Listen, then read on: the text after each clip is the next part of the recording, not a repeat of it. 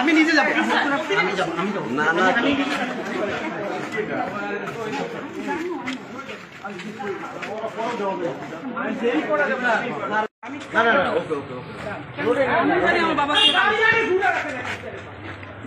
Driver কি public? কোরআনের কসম কেটে বলে আমি হয়তো উমরা হাউস করছি। না না, আপনার পাড়ার কেউ না তো। এত ওই আমি শুধু ভয় পেয়েছিলাম ওয়াইফটা 6 মাসে প্রেগন্যান্ট।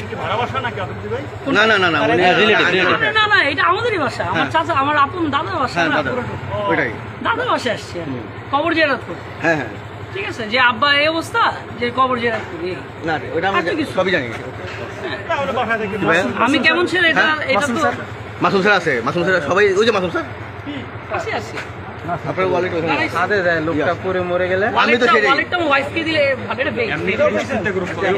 এটা সানসেটে গিয়ে এটা আমার ওয়াইফকে দিত। স্যার এটাও ধরেন স্যার।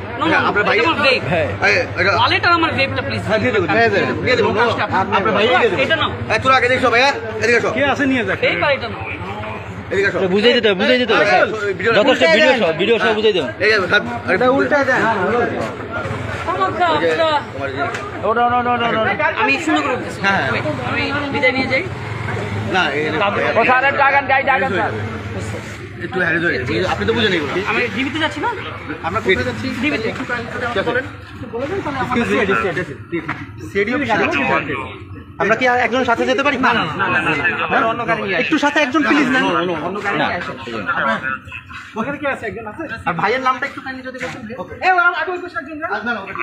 ভাইয়ের নামটা একটু যদি কাইন্ডলি বলতেন। ভাই আমাদের কথা একটু কাইন্ডলি আমাকে বলতে। এই মামুন স্যার ঢুকো। দেখি আপনারা পরে ফোন দিব। আমি আপনাদের সাথে